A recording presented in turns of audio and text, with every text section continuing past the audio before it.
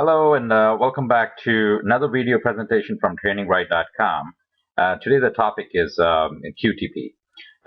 We'll be talking about what is QTP, how we could be using QTP for automated testing of web applications, how we could be writing our scripts, how we could be recording our scripts, in all the good stuff which we could be doing using QTP. By the way, QTP is an HP product, so you could be downloading it from HP.com. The current version of QTP is version 11. On my machine, I have downloaded it, and it's a little older version, but there's nothing in here which is going to be different from version 11. In version 11, there are some new features which we'll be talking about down the road.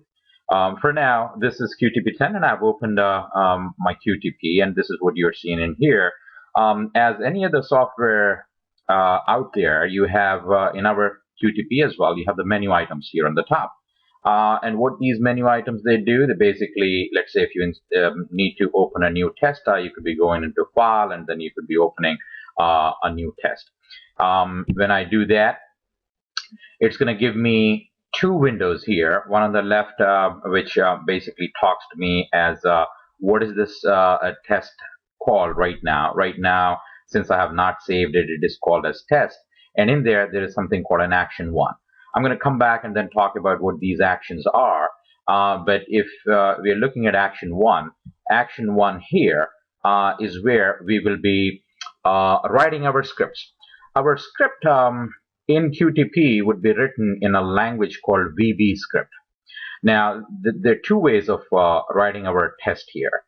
Either we could be recording that test by performing our actions on a browser. By the way, QTP works on Internet Explorer. So that's one of the ways of creating or building our test, by recording our actions on a particular application on an Internet Explorer browser. The other way of doing that is we have to write our own script. All right, in this first video, I'm going to be showing you as a how we could go about recording a script. Now, our intent here is to perform a test, right? And how do we perform that test? We have to open up that website. We got to go to that website to perform the test. How are you going to tell QTP to open or go to that website? The way you're going to do that is by going into one of the menu items here on the top called the automation. And in automation, there's something called a record and run settings. When you click on that, this record and run settings window pops up. And using QTP, you could be testing either web applications or Windows applications. Right now, we are focusing on the web applications, so that is selected or highlighted in here. And in here, we have the option of going into open the following address when record or run sessions begin. And here, I could be typing the web URL. If I need to go and test eBay site, I would be typing http://www.ebay.com, and when I run my test, it is going to open that website. Now let's try that. So here I am going to type ebay.com, and I say apply and OK. And let's say if I need to record, if you see that button, when I click on that button, when I click on this button, it'll take me to that website, ebay.com. And here, I could be performing some action. The actions which I would perform here is when you go to ebay.com, you need to, you basically would be doing what? You would be interested in bidding on a product, right? So first of all, you would be searching for that product. So the way you're going to be searching for that product is you would be typing in this box and click on that search button.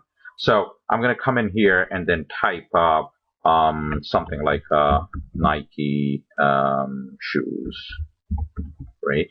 And now it gives me the option of like which Nike shoes I want to go with, right? So I could select that. Now I'll just keep it as Nike shoes and then click on search. Now, before I click on search, if you take a look here, basically what had happened is as I had typed things into this box, right, it had generated some code here, right. We're going to come back and then talk about what is all this browser, eBay, electronics, cars, and yada yada yada. And so for now, I'm going to go and click on search. When I click on search, notice it had added this one more line in here, and here I have a bunch of um, pictures here of all Nike shoes. All right. So what I have done in a nutshell is, now I'm going to close my browser. What I have done in a nutshell is I I made QTP record some of the actions which I was performing on that browser, right? So the fact that it is showing recording here, it means that it had not stopped recording yet. So, since I closed my browser, there's nothing more to record, so I'm gonna just stop this recording. And so let's take a look into these 5 lines of code. What is it doing? First of all, what is all this, right? Number one, it says that browser, eBay, electronics, cars, or whatever it says. This is VB script. This is VB script. So as I was performing on that browser, my actions on that browser, it was recording these things. So it went in and then it did record certain things in here. Well, good for it. It recorded that, but what are we going to do with this? Can I make QTP go and then execute these line of code on my behalf?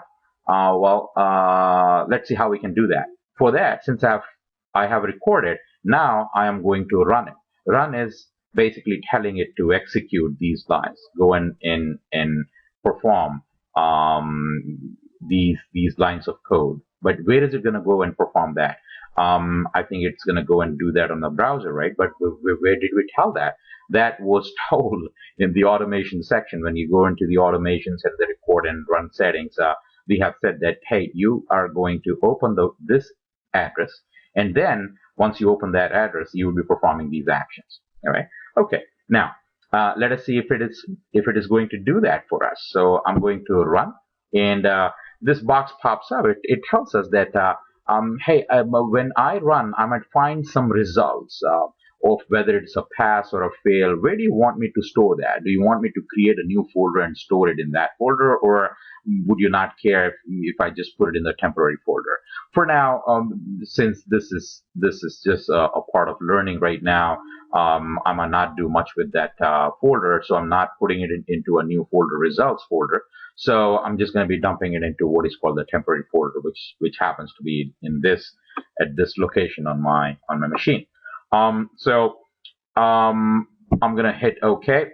Right now, it is going to open the browser for me. It did open the browser for me. And if you take a look in here, it is right now, there's a yellow line, and it is sitting on that. And then and before even I could finish, it just, I could show you anything. It went in there, and then it finished everything for us, right? So what did it do? It did perform whatever we told it to do, and here are some of the test results. There's only one thing which I'm going to show you here is the results are completed, meaning that it did one iteration of whatever we told it to do, and it was done. And then it has not failed. It has not given anything in here. Now, if we go and expand this, it is going to give us some summary of what it did if I go in here, with some screenshots of what it did and whatnot, right? So let's say if it went in here, it did go into the Nike shoes, it did whatever it did. So right now, I am not very much interested in the results part of it, so I'm just gonna close that, and I'll come back to my test. So these were the things which it executed, right? But it executed so fast that I was not even able to look into it. So I would prefer if I could just, at least take a look at what it is performing. So how can I tell QTP to hey, I know that you could perform all of these things, and you did perform on my behalf, but can you do it like a little slow so that I could also take a look at what you're doing? For that, you have to introduce a command, or a VB script command called wait, right?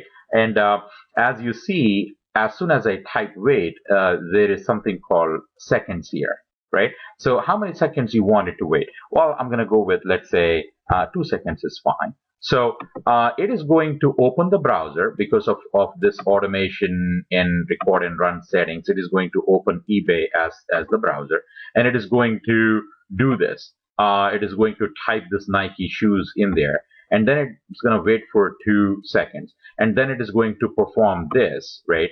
And then we wanted to, again, let's say, wait for 2 seconds or 3 seconds. Then after that, it is going to click on that button called search, and we wanted to wait for maybe 3 seconds again. Then after that, it is going to sync, and then eventually it is going to wait for, let's say, 2 seconds, and then it is going to close. Now, I am going to talk about all of these things in detail, like what is this set, and what is click, and what is sync, and then close all tabs. I'm going to be talking about all of those things. In fact, in our course, I'm going to be going step by step and then talking to you about, all the wonderful things which gets popped up here when you record, and how does, each line of code is getting interpreted by the browser, and what if something goes wrong? How do we fix that and all that? Right now, I'm going to be taking some baby steps. So what I have done is I have shown you as how to open QTP, and how to set through the automation and record and run settings to go to a website, and then we could be recording on that website, and we recorded some of our actions on the website, and then that generated these lines of code, and then later we ran that. When we run it, it's going to be doing it so fast that we were not able to pay attention to that fact that how did it do it, and what did it do. So what I have done is I used what is called a wait. Wait is a VB script command. Wait is basically a function or a method in VB script which allows the execution of this line to be delayed, or the execution between this line and this line will be delayed by 2 seconds, because QTP is going to just take a breather for those 2 seconds. All right. Now let's see if it is following our instructions or not. If I run it now, will it open the browser? Well, let's see. Yes, it did. Right. And then now, if you see, it is kind of like doing a little slow, and then it waited. You could see. Then now it clicked, and then eventually it's going to wait. And as you see here, that's what is happening. And eventually that is going to end the operation. So which is and it shows this test results. Since I'm not doing much with the test results at this time, because we have a whole session where I'm going to be explaining you everything about the test results. How about if we tell QTP not to show us these test results, because it's kind of like annoying after running every time this window pops up, and then I'm not using this window at this time. So why don't I tell QTP not to display this? And the way you can do that is by going into tools and by going into options, and then you say that, hey, while you're running, I know that when you finish the execution, you can show us the results. So view results when run session ends, and this is checked. That means that you want to view the results. Hey, no, I do not want to view the results. So I just say, do not show me that, and then I say apply and OK. Now if I run it, it's not going to show me the results. But let's put a little more of a weight in there. So I'm going to be putting a weight of like let's say 5 between every line, except for the last one, because it is closing at that time. It doesn't matter. Okay, now let's go ahead and then run it. Is it going to open the browser? There you go. The browser gets open. Now let's look into this yellow line. It is waiting there, and then it goes now. After 5 seconds, it goes there, and then it is doing something. Then it is waiting there. Then it is going to click on that. It did click on that. Now it is waiting for 5 more seconds, and then it synced. I mean, syncing is making sure that the browser had completely loaded and all that, and then now it finished that. All right, so that's a very simple record and play. We have not learned much as far as what these lines are and all that, but my only purpose of this video was to show you how you start QTP, how you get into the different settings of QTP, which I showed you by going into the tools and going into the automation, and then we had set that value of record and run, and then how to run that. And then while we were recording, it recorded these lines of code, and then we inserted some weight in there, right? And then we had the results popping up, but then we said we do not want to see the results, so I went into the tools and options, and in the run mode, I said view results. I checked it off, so that way we are not viewing any results right now. Okay, so that's a very quick look at QTP. Now, in our course, I will be showing you how to basically build QTP scripts, meaning that what you have seen here was auto-generated, right? There's no place in real life for record and play. I mean, very little record and play you would be doing. So mostly you will be writing your own script with your own hand, meaning that whatever came up here in real life has got a very little significance of utilizing this. So you would be writing your own code in VB script. Now, that's where the real money is, and that's where the real the respect for you is when you can start to write your code, when you write your scripts in VB script, when you do all the execution by writing your own rather than recording it. So that's what the whole course is about. This is just the beginning. This is the very first video on QTP. I want you to go and then look into some of the free videos which we have here. That will teach you the basics of writing VB script. It'll talk to you about what is automation.